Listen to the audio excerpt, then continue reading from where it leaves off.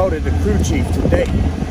Before I get this video started, I know a lot of guys want to act like I don't know what I'm talking about, but you know, I want to act like when's the last time you got an all Whelen Series NASCAR championship, right? When's the last time you were a part of that?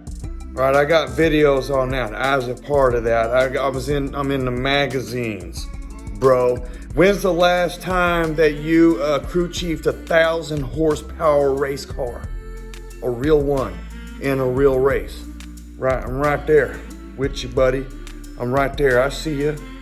I see you. Yeah, I don't remember the last time, right? So don't tell me I'm wrong. Dingle fruit.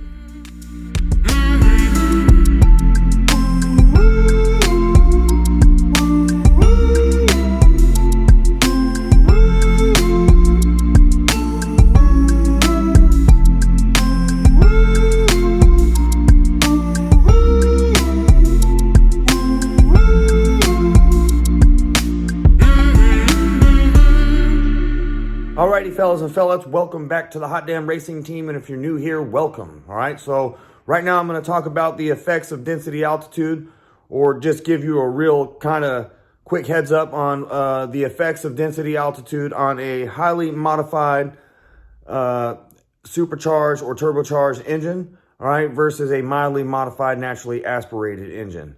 All right, so just to get started off really quick, the highly modified supercharged turbocharged engine is not affected nowhere near as much as a naturally aspirated mildly modified engine. There is just no comparison. It's just not even close. All right, so here in Las Vegas, Nevada, you can almost have a 2-second difference from sea level to a mile plus above. All right, sometimes like 7,000 something feet here. All right, the supercharged, turbocharged, highly modified engines, they run almost the same time all year, any density altitude. Almost, not quite, but they almost do. All right, and examples of those vehicles: Hellcat supercharged, 707 horsepower. That is a highly modified engine, whether it's factory or not. All right, then you got the let's say a highly modified Supra. All right, those guys running 8s all year long. Mustangs, highly modified Mustangs. Those things are doing good when they get grip. All right, so yeah, they spin a lot. They are usually run the same time all year round. All right, so in the mildly modified, naturally aspirated guys, which is the majority of us, we do not run nowhere near the same. All right, you're looking at huge differences. All right, so. And the reason why I complain about this a lot and I try to give some education on it, because, I really get tired of people asking me for my run time. All right, after I just obliterated somebody that they would think is fast at sea level, and they're like, you're slow. Am I slow, or do we have a density altitude gap? And I really want to say a-hole. I don't really think I should have to communicate with anybody, about my run times if we're not going to talk about density altitude. All right, there's just, there's no way you can do that. Two trucks at sea level, if they run at the exact same time at sea level, and then you separate them, right, one a mile above and one at sea level, and they ran, one's gonna be way different. All right, so do you think, now they're both the same, they would run the same side by side, but the one at sea level, do you think that he really gets bragging rights? Really?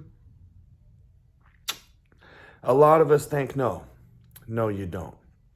All right, it's just the facts.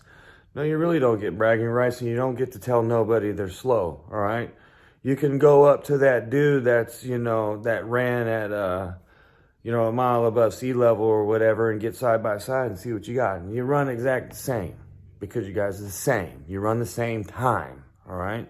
But when you go in different density altitudes, you're gonna run different, all right? You're gonna run fast at sea level. You're gonna run slow a mile above, all right? You don't have to take my word for it. Go search the internet, Google it, right? People like to say Google. Well, go Google it. Go look at Corvette forums. Go look at a lot of these places where they have actually tested this. All right, it's kind of funny that, you got a lot of dudes online. I think they're just trying to pull wool over people's eyes and stuff, I really seriously doubt if you took Incredible Hemi's truck, right? And let's just say you took his truck, T-stat and a tune, right? Versus his truck now. Which one's going to win? Right. But when you take the T-stat tune truck and you put it at sea level versus Incredible Hemi's truck now, and you put it a mile above sea level, it's going to kind of make the T-stat tune truck look more incredible than the one that's really incredible. I hope you guys get what I mean, all right? I'm not trying to de-nullify anybody's run times, official NHRA slips. What I'm trying to do is get the word out there that there's a density altitude. Your truck, your car, or whatever does not run the same time everywhere.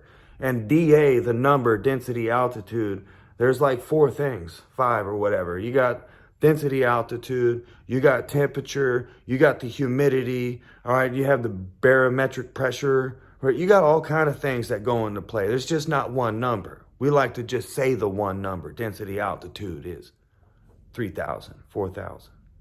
But you also should be putting in what was the humidity, what was the temperature. There's so much more to it to calculate. If we can't even start talking into them realms, why would I want to give you my run times after I blew somebody away? Why? Why would I? It's not fair. It's not fair to me, and it's not fair to a lot of people I talk to out here at the Las Vegas Motor Speedway.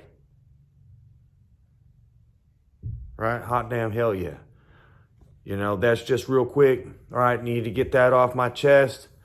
You know, if anybody tries to teabag you about your run times and you're at high density altitude, just let them have it. Tell them they're stupid. You know, because that's what I like to do. I know you shouldn't be calling people stupid names and stuff like that, but don't ask for my run time. Tell me I'm slow after I'm blowing the field away. You understand what I'm talking about? You get it? Hot damn. All right? Compare apples to apples and oranges to oranges as well. Jeez, I'm a Hot damn. Appreciate y'all.